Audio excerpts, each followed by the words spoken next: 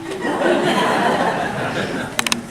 our microphones and our lights, you never know what to expect down here.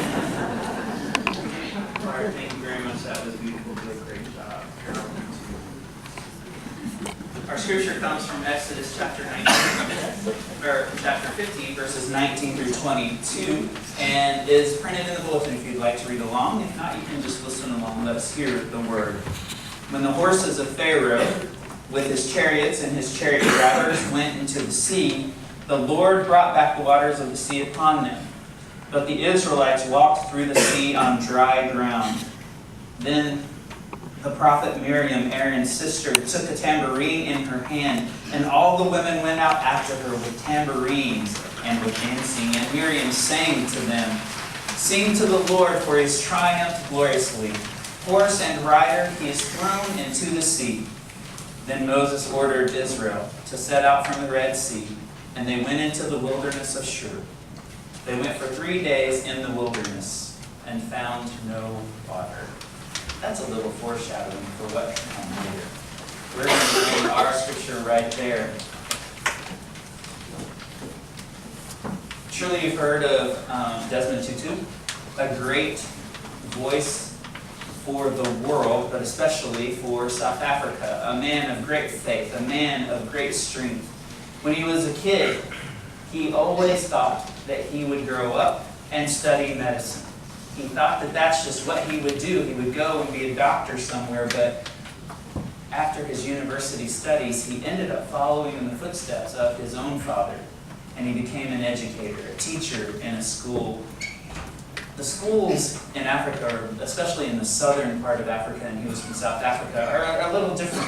Ann and I have had the opportunity to go to Lesotho, which is a country that's completely walled in, the only country in the world walled in on all 4 borders by another country, which happens to be South Africa. We flew into Johannesburg, and then we traveled up to Lesotho, and we worked on a school, and it was 5 classrooms for 500 students.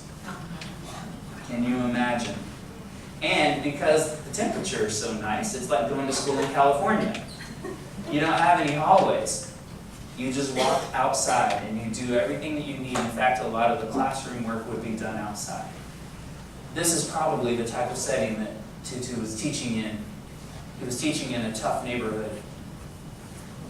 And some tsotsis, some gang members, some thugs came and tried to take the girls from the school. And everybody at the school began to panic. The headmaster, the teachers, the students, they just barricaded themselves inside the classrooms and just hoped, beyond hope, that these men who ruled the streets with guns and knives would just fade away. But not Tutu. He walked out and started talking with them. And after a few minutes was sharing jokes with them.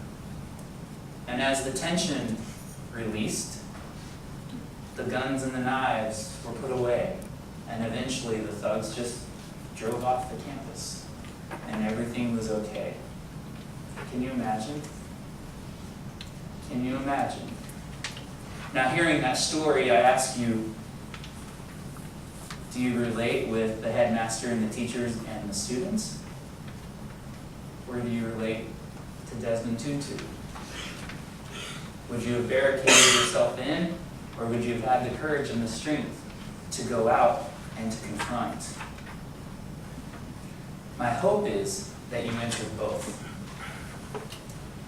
My hope is that you answered both. Maybe depending on how you're feeling today, you may have answered one way or the other. But my hope is that in your life, that you will have faced head-on challenges that needed to be overcome.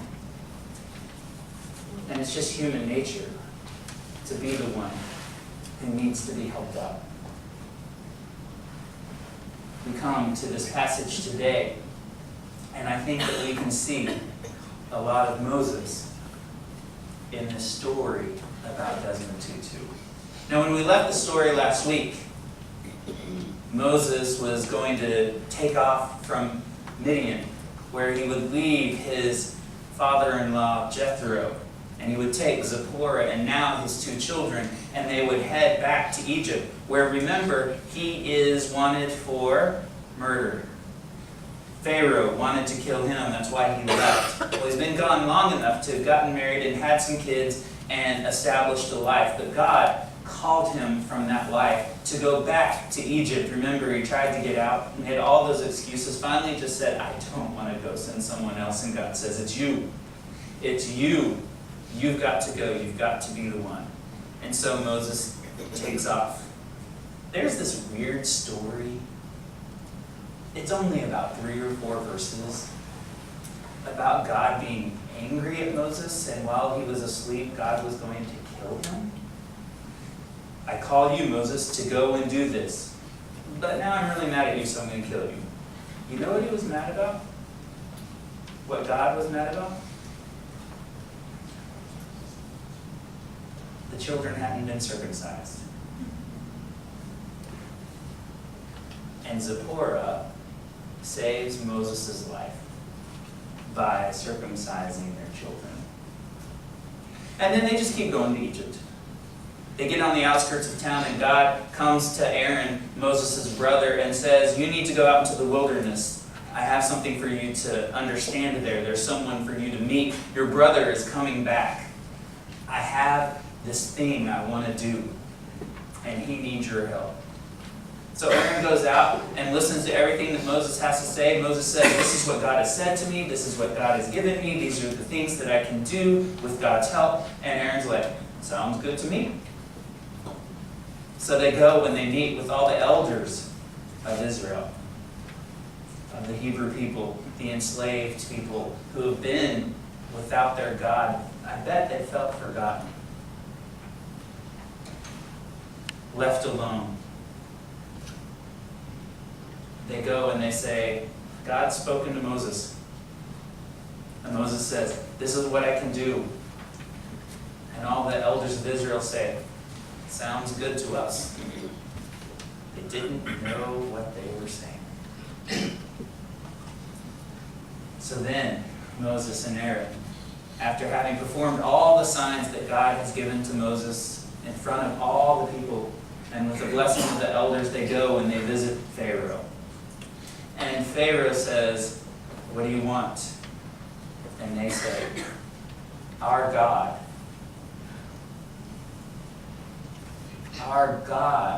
has been made known to us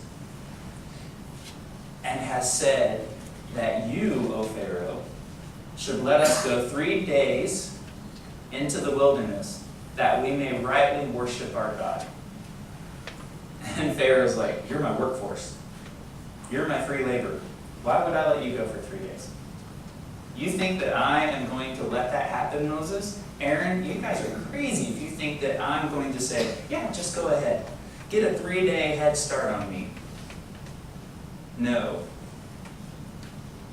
And they're like, but. No. And they said, but look, here's a sign. I can take water out of the Nile and I can pour it on the ground and it will turn to blood. This should be enough. But Pharaoh's sorcerers and magicians can do the very same thing.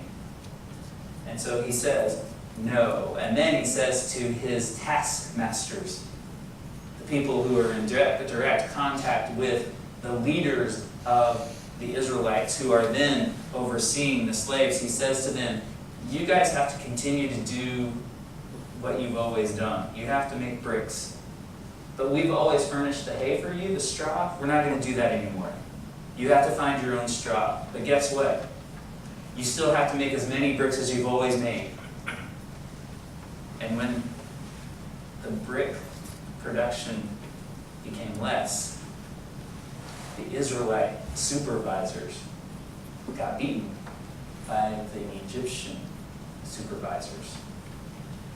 So they're pressing the people to make more bricks so that they don't get beaten. They come to Pharaoh and say, why would you do this to your workforce? Look at what you're doing to us. You've asked us to do this many bricks, and you've always provided the hay. Now you want us to continue to do that many bricks, and yet you beat us when we don't. There's not enough time. And Pharaoh's like, well, don't listen to Moses.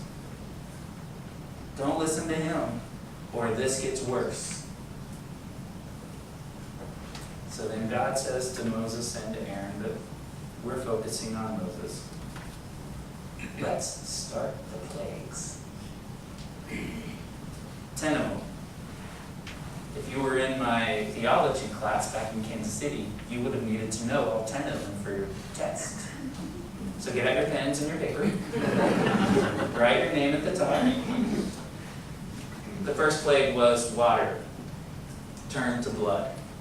And it lasted for 7 days. Every waterway, every river, every creek, every tributary, everything turned to blood for 7 days. And the people of Egypt had to figure out how to get water. They had to go beside the rivers and the creeks, and they had to dig their own wells, in a sense, to even have any water. And this lasted for 7 days, and finally Moses comes to Pharaoh and said, look, my God can make us stop if you will just let us go 3 days out to worship. 3 days out. You see, that's all they asked for. Did they ask to be released from slavery? It's not the initial request, is it? But we know already that God has said, I need you to do this, Moses. I need you to go and do this so my people can be released from slavery. But when they come and make that first request, it's just to go 3 days into the wilderness. And Moses says, let us go. Let us go worship our God. Because if you don't, there are going to be more plagues, like frogs. Lots and lots and lots of frogs everywhere. Pharaoh, they're going to be everywhere. And Pharaoh says, no. Well, then after the frogs came, the gnats. And after the gnats came, the flies. And Pharaoh continues to harden his heart and say no. It goes like this through the rest of the plagues. Can you name the rest of them? I have a cheat sheet. Boils. Yes. Pestilence or disease. Darkness. That's 8 of them. I'm going to miss the last one, except for the last one. The last one is death. Death of firstborn sons. Do you remember that? Prior to the death, Moses gets together with all the leaders and all the people, and he says, look, this is it. This is the last one. We are going to... You've got your phone out. You're looking it up, aren't you? I'm just kidding. Technology today. That would be a 0 on your test. He gets them all together and he says, look, this is it. There's going to be all of this stuff that you don't want to deal with. There's a way out of it. God will pass over us if we follow all these rules and we do exactly what we're told. So they go and they have to get these beautiful lambs and they have to create this beautiful meal, and they take the blood of that lamb and they put it on their doorposts, and death will pass over them. The first Passover. Such an old tradition that has been celebrated every year since that time. It's older than Christmas.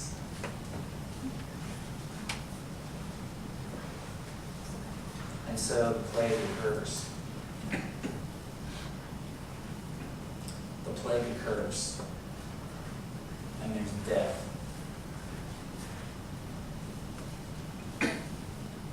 There are a couple of questions that arise for me in this story. A couple of things that are just difficult to think about. One I've already mentioned. If God called Moses, why would God then say, I'm going to kill you? Throughout the story of the plagues, though, and this may be even harder to figure, throughout the story of the plagues, Pharaoh hardens his own heart. But there are also several instances where it says in the scripture that God hardened the heart of Pharaoh. Okay, you need to think about that. At least I do. Maybe you don't. But I have to think about that. It says God hardened the heart of Pharaoh. God made it so that Pharaoh wouldn't let the Israelites go. Just at a time when Pharaoh was about to say yes, God says no. Which makes it seem like God wants to get to this 10th plague. That God wants to get to this time where there will be death. Do you get that? There are people who look at our scriptures who don't believe like we believe, who don't have the faith that we might have. And they say, how can you worship that God? How can you worship this God who wants to bring this death and destruction? When it could have been done a different way. When Pharaoh was ready to let the people go. And God hardened the heart of Pharaoh. What do you do with that? How do you answer the people when they ask that question? I have difficulty with that. I have great difficulty with that. Maybe you do too. And maybe you don't. I don't know. But the 10th plague happens. Moses told the people, and he said to them, the people are going to be so happy for us to leave, they're going to give you stuff. They're going to give you gold, they're going to give you silver, they're going to give you clothes. Take it. Take it. Just as we're going out of town, you take it. The plague happens and Pharaoh says, go, just go. They are asked to leave so quickly they don't even have time to let their bread rise. Unleavened bread. So they head out into the wilderness as the people are the Egyptians are handing them things to get out of town, and they're getting out of town. They're getting a 2 or 3 day head start. And Pharaoh says, what was I thinking? I just let them go? So he organizes his army and he chases after them. And they get to a place where they camp. And the Israelites are camping here. And God gets in between in the form of a fire cloud and separates. And you know the story from here. You've seen the movie, whether animated or really old. You've seen the movie. The Israelites walk upon dry land because Moses held his hands out over the water. And they get all the way across. And just as they do, Pharaoh's army starts to come through. And God says, raise your hands again, Moses. And so he does. And the waters come crashing down. And we get the celebration that we read today, where Miriam takes the tambourine. Everybody's dancing and everybody's singing because they've just been released from the worst part of their life. They have been delivered from slavery. They are no longer at the hands of the Egyptians.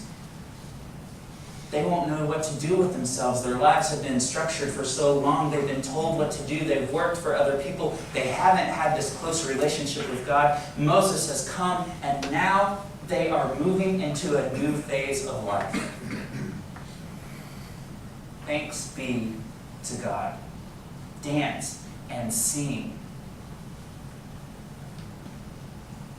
The next day they're going to wake up and they're not going to have much food, and the next day after that they're not going to have much water, and they're going to complain and whine, and they're going to say it was better for us to be slaves than to come into the wilderness and die. But they'll make it through that. We know the end of the story. It is interesting to see the things that Moses will have to do as he really asserts himself as a leader. Maybe another day, another sermon series, we can look at these other stories of Moses. But for this series, we're going to stop here. And we're going to celebrate along with the Israelites that they were delivered. If we're honest with ourselves, we know the need. We know the need to be delivered from things that are terribly difficult, from the trials and the struggles of our own lives, from those times when we've been let down by, did you come up with a name in the silence? A spouse, a parent, a sibling, a boss, a teacher, a stranger, the government. We get it. We know those hard moments of life when we feel overwhelmed by the situation that is going on and we can't even begin to think about how to get out. We know. And sometimes we get to do that dance. We get to sing that song. Sometimes we overcome. Sometimes someone has come to us and said, here, let me help you out. Someone has been Moses to us and said, I will help deliver you. And sometimes, maybe not in the moment, we can look back at the things that we experienced and we can go, you know what? That was God. I didn't get it then, but as I look back now, that was God. You know the need to be delivered from the awfulness of life. But I want you to take from this story something more than that. I want you to take from this story, I don't want you to just be the Israelites. I want you to see yourself. We need to see ourselves as Moses in this story from time to time. Because I believe that God will call us to go and be that Moses, to be that one who delivers to someone else. I believe that God is going to say, I need you to go and help in this situation. I believe it with everything that I have within me. And like Moses, we're going to feel unqualified. We might even ask, who am I that I should go? I'm not sure I have a strong enough relationship with you. And God will be persistent. And God will say, you're the one perfectly gifted for this situation. You gotta go.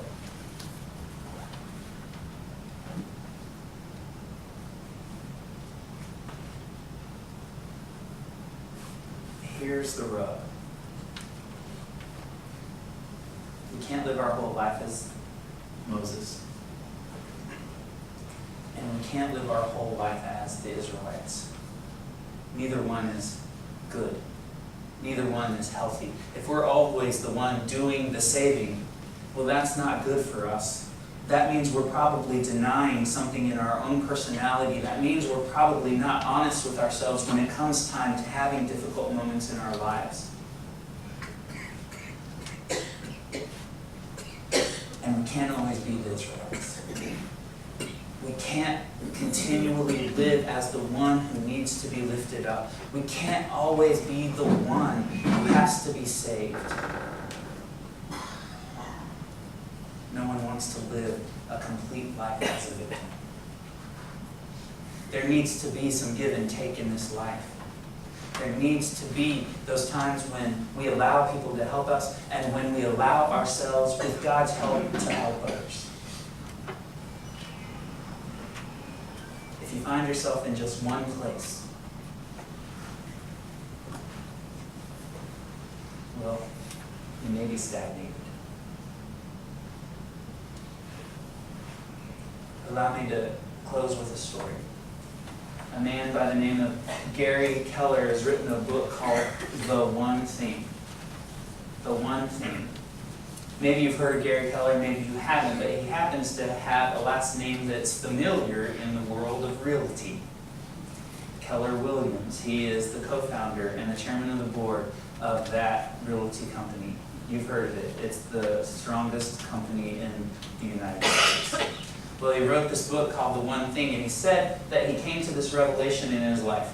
This revelation that he needed to focus on not 100 things, but one thing. He writes in his book, in fact, that there are studies out there that says people who say that they multitask actually don't do anything very well. They do a lot of things not very well. That's what he says, and he says that there are studies out there. I didn't write it, I just reported. He took people from his company. He created a think tank from within his company, and they got together and they said, we need to figure out what we need to focus on. So they started talking and talking and talking. They made a list. They had 100 things on their list. 100 things that they thought they could focus on. He said, that's great. All of those things, okay, some of those things are really important. So let's get down to 10. Let's pare the list down to 10. And so they worked really, really hard, and after several hours, they finally got the list down to 10. And he said, okay, now these 10 things are really important, but what's the single most important thing for us as a company to be focusing on? And it took even longer for them to get that list down to one thing that became the singular focus for their company for a given period of time. And then they went to one thing again for a singular focus. He said it transformed the company. And they became a mediocre company to becoming the best realty company in the United States. It transformed how they planned their days, how they went into their business meetings, how they had office interaction. Transformed everything. And he doesn't believe that this is just a business philosophy. He believes that this is a life philosophy. He thinks that if he can narrow down all the important things in his life to one thing and focus on that one thing, that he will be transformed. He will be a better person. He will be more efficient. He will be better focused. He will live the life he wants to live.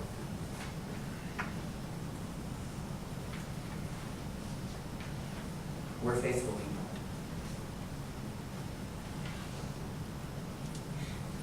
And if we narrow our focus to one thing in life, you can see where this is headed. If we could make God and God's ways the singular focus in our life, well, how would things change? For you, for me? What would be different about how we shape our day? What would be your focus? Would it be prayer, meditation, silence, turning off the technology around us, the phones, the tablets, the TVs? Would it be more worship?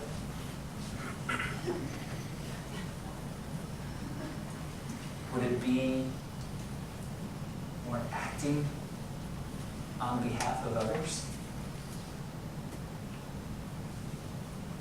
Feeding people, bringing drink to the thirsty, visiting those who are sick and imprisoned, being hospitable, friendly, gracious, bringing clothing to the naked.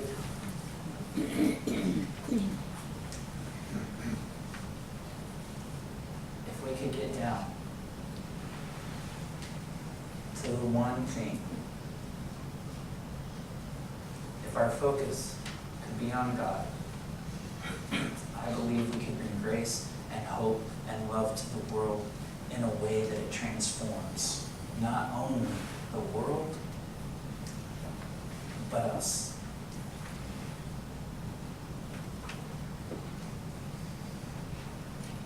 And in our focus, we might be the Moses.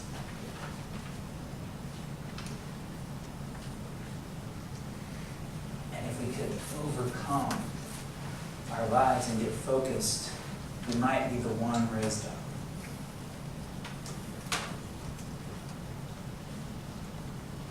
No matter what, if our focus can be on God, and we will truly know what it means to be delivered. I believe that with everything within me. May that be our hope today. Amen.